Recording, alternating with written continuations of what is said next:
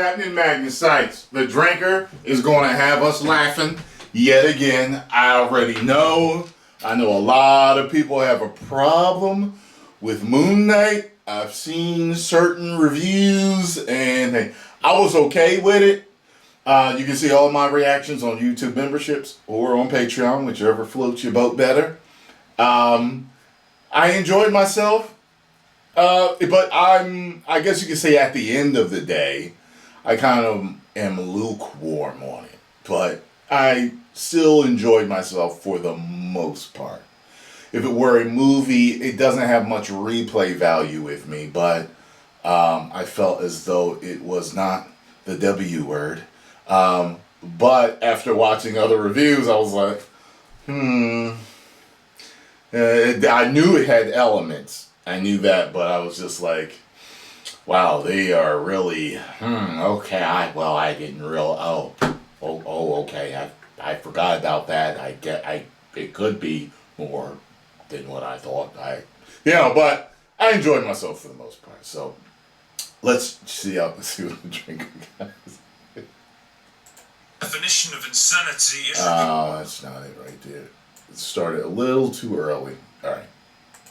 They say the definition of insanity is repeating the same process again and again and expecting different results. Yeah. And that's pretty much where I'm at with the Marvel TV shows these days. Again and again, they'll draw me in with promising trailers featuring popular legacy characters, teasing the prospect of taking them in interesting new directions, and even raising my hopes that we might actually be in the hands of competent writers and directors, instead of clueless, inexperienced activists that have somehow found themselves in charge of multi-million-dollar shows. But all too soon, the pleasing mask slips away to reveal the cynical, idiotic, mean-spirited monster beneath. Just another cog in the relentless Marvel content machine, whose only real purpose is to methodically break down and destroy your emotional investment in the product that came before, so that you're primed and ready to consume next products. Oh, you like Captain America, did you? Well, tough shit, because this is Captain America now. You've got to do better, Senator. You've got to step up. You thought Loki was pretty cool? Well, think again, because this is the superior Loki now. You did it on your own. You had rings around them. You're amazing. Pull your tongue out of my arsehole, Gary. Dogs do that. You're not a dog, are you, Gary? You had a soft spot for Hawkeye? Fucking really? Well, this is his younger and more diverse replacements. But hey, I figured Moon Knight could be a little bit different. This time around, there was no legacy character to destroy, and the Moon Knight himself actually looked like a pretty cool hero. The show was like a blank slate of creativity, unfettered by past events and existing characters, allowing the writers to explore the full breadth of their imaginations. Very right, so far. Oh, past me, you were so young and naive. Moon Knight stars Oscar Isaac as Stephen Grant, a mild-mannered museum employee in London. And by mild-mannered, I mean this guy is a bigger pussy than your average male feminist, minus the shockingly dark personal secrets that he's so loudly overcompensating for now. Anyway, Stephen lives a solitary life in London with no friends, and because he suffers from occasional blackouts where he passes out and wakes up in different places, he's forced to keep himself secured to his bed at night, although for some reason he forgets about it every single time. Yeah. Look, the silly man fell over again. Are you laughing yet? Anyway, wouldn't you know it, Stephen blacks out yet again, only to wake up in Austria, where some weird religious cult led by Ethan Hawke are on the hunt for an ancient artifact in his possession, and all kinds of wacky violence ensue. Wonder why. Stephen eventually blacks out again and wakes up back in his London home, but it soon becomes obvious that life is very much not back to normal now. How the hell did he get to Austria, and how did he come home? Who keeps taking control of his body, and how is he apparently able to wipe out entire groups of armed men single-handed? Before you know it, Ethan Hawke tracks him down to the museum where he works and sends a weird demon monster dog after him. That's when his alternate identity Mark takes control of his body again, turns him into an ancient Egyptian mummy warrior called the Moon Knight, and uses it to lay a good old-fashioned smackdown on the monster dog. Now, this all probably sounds a bit weird as I describe it, but bear with me here. The gist is that Stephen and Mark are basically alternate personalities inhabiting the same body. When one takes over, the other blacks out and can't remember anything that happens. Well, at least until now. Mark was a former mercenary that got fatally injured in battle and ended up becoming the servant of an Egyptian god Khonshu to save his life. Because, I guess, immortal gods just exist in this world now.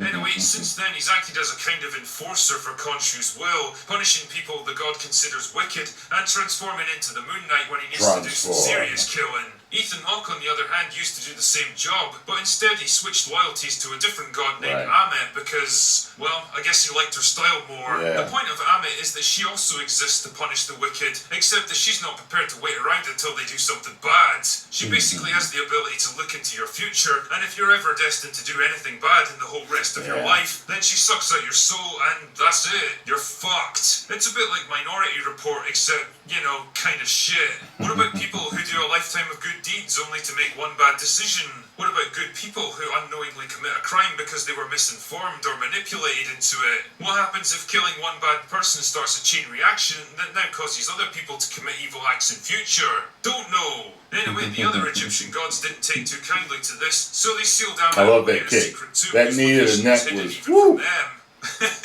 What? I mean, not to pick bones or anything, but aren't you gods? How can you not know this stuff? Did you, like, look away or something? Nah, fuck it. So Ethan Hawke's objective is to find Ammit's tomb so that he can resurrect her, and for this he needs the artifact that's in Stephen's possession. So he captures him, and Mark takes control again, and then there's more fighting, and then Stephen literally runs into strong female character. I mean, I guess she's got a name, but since basically every female character in a Marvel show is just the same generic personality copy and pasted into a different body, I'm just gonna call her strong female character. So strong female character explains that she's Mark's wife, and she's mad because she hasn't heard from him in months and she doesn't understand why he doesn't recognize her, and now speaks and acts like a completely different person. Seriously, does none of this clue you into the possibility that there's more going on here than your husband trying to ghost you?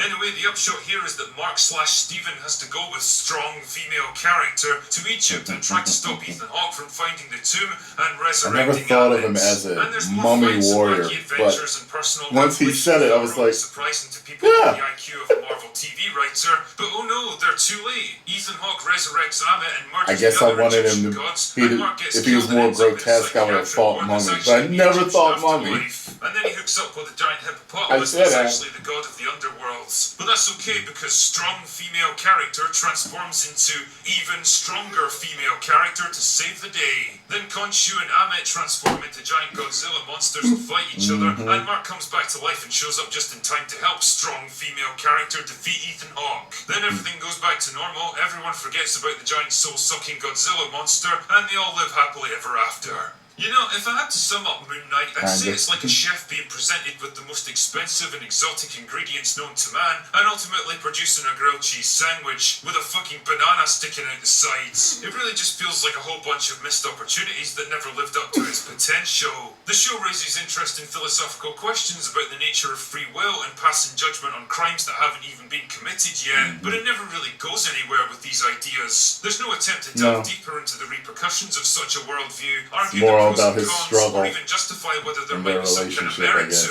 it. Instead of a thought-provoking moral dilemma, all we really end up with is giant skull monster fighting giant crocodile monster. Great. Remember when comic book shows actually took a step back from big blowout spectacle and just showed what happens when two conflicting worldviews collide? That was nice. Those two were my There was favorite. a hint that this was going to be some kind of globe-trotting adventure to search for ancient artifacts, piece together devious clues and explore lost tombs, which sounded great because I love all that shit. But really all it comes down to is two locations, London and Cairo, with almost nothing in between. And fuck it, most of that was probably green screened anyway. The result is a show that promises a lot more than it actually delivers. There's little moments where the script implies this could all just be some crazy fantasy playing out in Mark's head while he rots away in an insane asylum, which would be kind of cool if it wasn't introduced so late in the game that there's absolutely no doubt this is meant to be real. Seriously, this is the kind of thing that only works if you build it up with subtle hints and suggestions throughout the show. You can't just drop it in at the penultimate episode and expect people to buy it. The concept of a protagonist with two radically different personalities having to harness both sides of himself with unique abilities, knowledge and experience is a neat little idea, but the show ultimately bungles it by making one side so fucking useless and annoying that there's basically no value to his existence. Mark is more or less tolerable as a gruff, resourceful man of action with a dark past, but Stephen is so ridiculously whiny, pathetic and incompetent that I often found myself questioning why he was even in the show. He doesn't line up with any human that I've interacted with, and I can't believe that the writers actually expected audiences to empathise with him. And the real ball ache here is that the comic book version of Stephen was more of a Bruce Wayne kind of character, a rich, successful playboy to Mark's down and dirty mercenary. That would have been fucking awesome. But nah, we can't have a male lead that's cool and rich and dangerous all at the same time. Gotta turn him into a fucking goofy clown so that his own show can openly mock him. The reason for Mark and Steve's split personality is eventually explained through a series of clunky flashbacks to a childhood trauma near the climax of the show. And fuck me, while it was nothing short of mind-blowing that Marvel would have the balls to portray a mother in a negative light, it doesn't make a whole lot of sense when you think about it. Like, Steven is meant to be some kind of coping mechanism that emerged to help Mark deal with his mother's violent abuse, so shouldn't that make Steven the hard, bitter, violent one? I don't fucking know, and I suspect the writers couldn't tell you either. The sad thing here is that they actually had some great acting talent to work with. Oscar Isaac and Ethan Hawke both turning good performances, doing their best despite the shitty material they've got to work with. I mean, seriously, how many shit projects is Oscar Isaac going to sign up for? And how wasted was Ethan Hawke, playing a character with almost no backstory or personality? The Moon Knight himself is a neat concept that looks great visually, and I hope to one day get to see him in future seasons. Seriously, he's on screen for about 5 minutes in the whole show, and for the life of me I couldn't tell you why. You'd think if you had the ability to transform into this immortal, invulnerable demigod and stay like that for as long as you want, then you'd basically do it at the first sign of trouble and keep it up until every single threat had been thoroughly dealt with. But that's okay though, because strong female character is on hand to do most of the heavy lifting. Seriously, I lost count of the number of times she rescues herself, Stephen, Mark, Khonshu,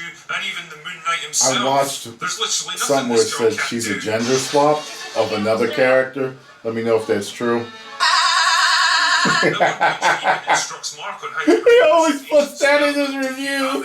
Even though she's been doing this stuff for about 4 minutes by this point. But yeah, sure, of course she knows better than him. And of course she's better at fighting than him. And of course she never ever needs to be rescued by him. Because this show is yet another shining example of the rules. Really, it's your classic Marvel bait and switch approach to storytelling. Or as one eloquent subscriber put it in one of my live streams recently, it's Trojan horse content. Just like Doctor Strange 2 was less a sequel to the first movie and more of an epilogue for WandaVision coasting on the name of a popular character while using him as a convenient springboard for next product. So Moon Knight is basically a backdoor pilot for a Red Scarab series, which I'm willing to bet is already in development. In the world of Marvel, the idea of telling a single self-contained story with a definitive beginning and end is like garlic to a fucking vampire. Everything is done in service of the brand. Everything is about feeding into the next thing, promoting the next show, launching the next product. It's an endless conveyor belt of infinitely expanding content, each new project getting more obscure, rushed and lazy than the one that came before it.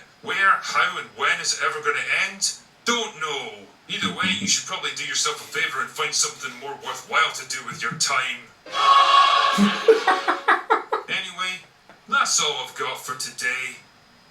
Go away now. It's safe to say I don't think he enjoy it that much. I love watching this dude, man. Oh my god. Yeah, I was I forgot who I was watching a few different reviews and I was like, wow, these guys are tearing it apart. But then the more they pointed out certain things, I was like, But anyway, at the end of the day, I was okay with it. But I definitely noticed certain things and I was just like, okay, whatever, you know. We shall see what's up with the next series that comes out. What's that, Ms. Marvel? Hopefully it's good. I'm going to give it a shot, and I will watch every single episode. Post comments down below. Let me know what y'all thought. If you enjoyed this, make sure you go and follow The Critical Drinker. Tell him Tyrone Magnus sent you. And also, if you enjoyed this, hit the like button, subscribe, and share. Woo!